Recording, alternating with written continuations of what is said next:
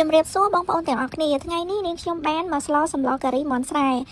គ្រឿងផ្សំនៅក្នុងនេះមានច្រើនគួរសមមានដូចជាមាន់ស្រែម្ទេសឆ្អើរកិនស្ករត្នោតទឹកដោះគោខាប់ប៊ីចេងអំបិលគ្រឿងបុកគ្រឿងការីកញ្ចប់កាពិប្រហុកសណ្តែកដីលីងខ្ទិះដើមខ្ទិះចុងទឹកសត្រប់វែងសណ្តែកគួរខ្ទឹមបារាំងដំឡូងគីឡូ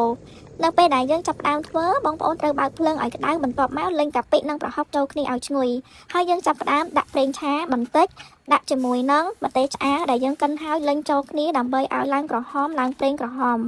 ហើយបងប្អូនលួចដាក់ជាមួយនឹងទឹកដោះគោខាប់បន្តិចដើម្បីឲ្យកាត់ហឹលបន្ទាប់មកលីងជាមួយនឹងគ្រឿងបុកដែលយើងបានបុករួចនៅពេលដែលលីងគ្រឿងបុករៀងឈ្ងុយបន្តិចបងប្អូនដាក់ជាមួយនឹងខ្ទិះដើមចូលដើម្បីឲ្យសម្លយើងចូលជាតិបានល្អហើយនឹងទុកបានយូរ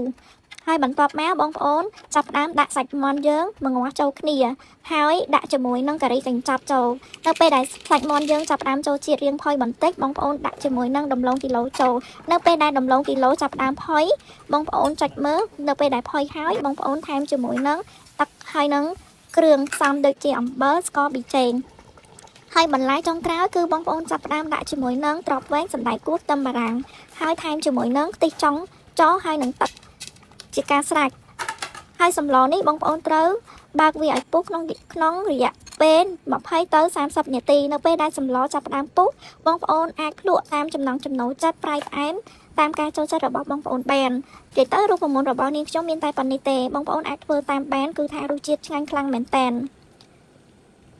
អរគុណបងប្អូនដែលបានទស្សនានៅវីដេអូនេះតាំងពីដើមរហូតដល់ចប់